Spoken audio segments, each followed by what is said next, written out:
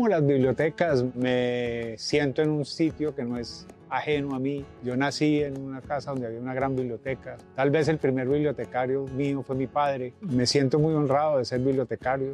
Entonces las bibliotecas han sido siempre un lugar de acogida. Yo siempre me he sentido muy abrigado adentro de una biblioteca. Hablamos de un vínculo que nos conecta para poder hablar de nosotros. Entonces no es cualquier cosa. Yo soy José Zuleta, escritor, y estuve como bibliotecario por un día en el Parque Cultural y Ambiental Otra Parte.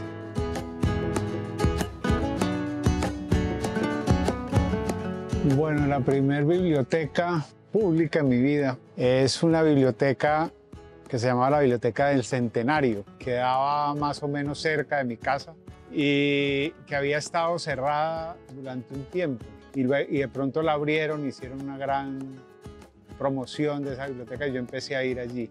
Sí, yo recuerdo que yo fui solo. Era una biblioteca que estaba en una casa de estilo como republicano, antigua, de 2 pisos. Entonces la biblioteca la habían organizado como respetando la casa. Y era un lugar muy fresco y muy grato y un poco laberíntico. Entonces era yo me sentía muy bien como perdido entre todos esos libros. Era una biblioteca que no tenía lo que tienen las bibliotecas de hoy, pues una proclamación, sino que tenían libros, tenían una hemeroteca y pues había 2 o 3 personas ayudando a la gente a encontrar lo que buscaban. No había programación, no había la hora del cuento ni nada de eso. Era una biblioteca abierta a quien quisiera ir a leer. Había unas mesas de lectura y una sala de lectura. El título de la historia misma. Pronto ahí está. Los editores de las casas editoriales sugieren ese ejercicio. Yo me había hecho lector en mi casa, desde luego, y me había ido de la casa. Entonces me había quedado sin la biblioteca paterna, que había sido mi biblioteca. Y no tenía dinero para comprar libros. Entonces yo hacía una cosa que era a veces frustrante, pero a veces también era un milagro. Era que yo iba a las librerías, miraba los libros en las librerías y después iba a ver si estaban en las bibliotecas para poderlo leer. Y pues casi nunca estaban las novedades, obviamente, pero a veces había libros que encontraba y me los podía leer y me los llevaba. A mí también me gusta ir a leer a las bibliotecas. Cuando iba a leer un libro corto o cuando iba a leer un cuento o algo específico, yo lo leía en la biblioteca, yo no me llevaba el libro. Me gustaba leer ahí, me gustaba el ambiente, el silencio. La escombrera. Yo estaba investigando, estaba leyendo cosas sobre la época de mi abuela, que yo la quería recrear bien, entonces yo quería leer. Esa, la Biblioteca del Centenario, la biblioteca departamental, que era una biblioteca que nació paralelamente a la Piloto de Medellín. En esa biblioteca también he leído muchísimo y voy con mucha frecuencia. Fui bibliotecario de esa biblioteca. La Universidad del Valle tiene una biblioteca que también visité en algunas oportunidades por cosas que estaba investigando. Y también visité y estuve en bibliotecas rurales. Conozco la biblioteca pública de Buenaventura, la que yo iba era la del Banco de la República. También en Tumaco estuve en la biblioteca pública de Tumaco. En fin, he estado leyendo y prestando libros en varias bibliotecas. Esa también es una manera efectiva de lectura, porque tú tienes atado el personaje al nombre. Había una biblioteca en la Universidad Santiago de Cali, que era la biblioteca de la Universidad Santiago de Cali, pero la biblioteca estaba aparte de la universidad, era una cosa curiosa. Y el bibliotecario se llamaba Aníbal Arias, era un vive. A comienzos de los años 80, él era un bibliotecario que siempre me hacía muy buenas recomendaciones. Él conocía mi gusto. Eso me parece que hay algunos bibliotecarios que son capaces de hacerlo, conocen los gustos de los lectores, de los usuarios de las bibliotecas. Él sabía qué libro me podía gustar, me contaba cuando habían hecho alguna adquisición. Entonces él me daba esas primicias y me dio me dio a leer muy buenos libros. Aníbal Arias a mí fue un gran bibliotecario en el sentido de ser un bibliotecario que está formando a un lector y que sabe como por dónde llegarle a ese lector, ¿no? Cuál es su gusto, qué le puede interesar. Aníbal era un hombre muy discreto, muy silencioso, un extraordinario lector. Yo le decía que él a qué horas trabajaba porque es que leía tanto y sabía tanto de libros que yo decía, pues este hombre, ¿a qué hora? Y me dijo, no, yo leo en mi trabajo. Esa es una de las ventajas de este trabajo.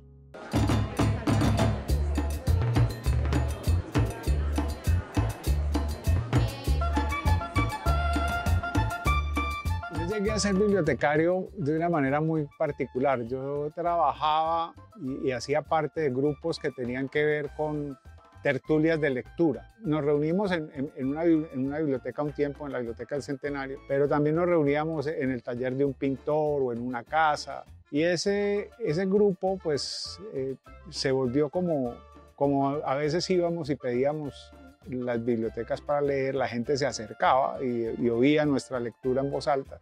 Y alguien dijo que yo hacía eso y me invitaron a hacer eso en la biblioteca departamental. Y finalmente terminé haciendo la agenda literaria, así porque empecé a hacer recomendaciones. Vea, ¿por qué no invitan a este escritor, esta persona? ¿Por qué no le dejan presentar el libro a este escritor que acaba de publicar un buen libro?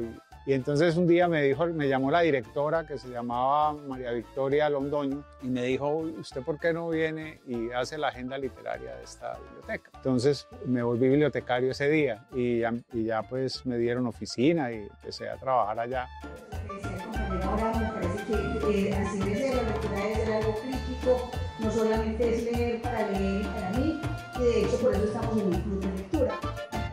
Yo hice un año un taller de escritura en la cárcel de mujeres de Cali y al año había unos materiales muy interesantes, unos textos muy interesantes que habían escrito prisioneras, ahora ya no se les puede decir así, ahora se les dicen las PPLs, habían escrito muy buenos textos y yo los reuní y los publiqué en un libro que se llamó Libertad bajo palabra. Fue un nombre que ellas le robaron a un poeta mexicano, Octavio Paz, que tenía un libro que se llamaba así. Y ese libro lo conocieron, circuló mucho y era un gran libro, un libro muy, muy raro y muy inusitado y a la gente la estremecían esas historias y no podían creer que se escribiera de ese modo en las cárceles y que las mujeres que estaban en prisión pudieran escribir eso.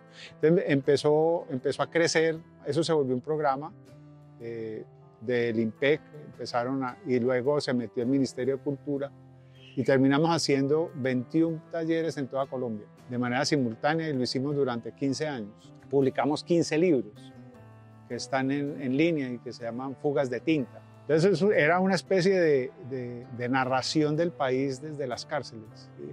Y desde las distintas regiones del país. Sabía que la literatura es música y alegría y elegía muy bien lo que nos ofrecía. Sin atropellar el texto, su voz se dejaba ir por los ritmos y las pausas. Alargaba un poco los silencios, respiraba.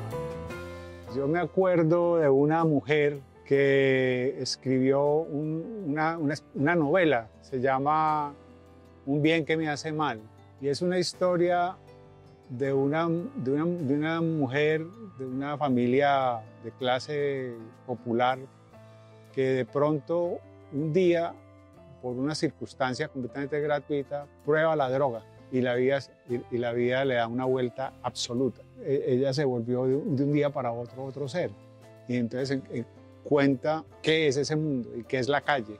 Estuvo en la calle muchos años, pero era una mujer que a pesar de todo lo que le produjo la droga, nunca perdió la dignidad y nunca perdió de vista quién era ella. Entonces hay una confrontación en esa narración de su vida muy fuerte y haber podido escribir todo eso le ayudó a distanciarse para siempre del consumo. Dijo que el recordar escribiendo le había hecho entender los motivos y las trampas en las cuales ella había estado enredada, las trampas psicológicas de esa adicción y le habían permitido repudiar, porque al final ella dice, yo ahora siento antipatía por lo que antes me fascinaba. Y ella dice en el texto que eso lo consiguió a través de la escritura.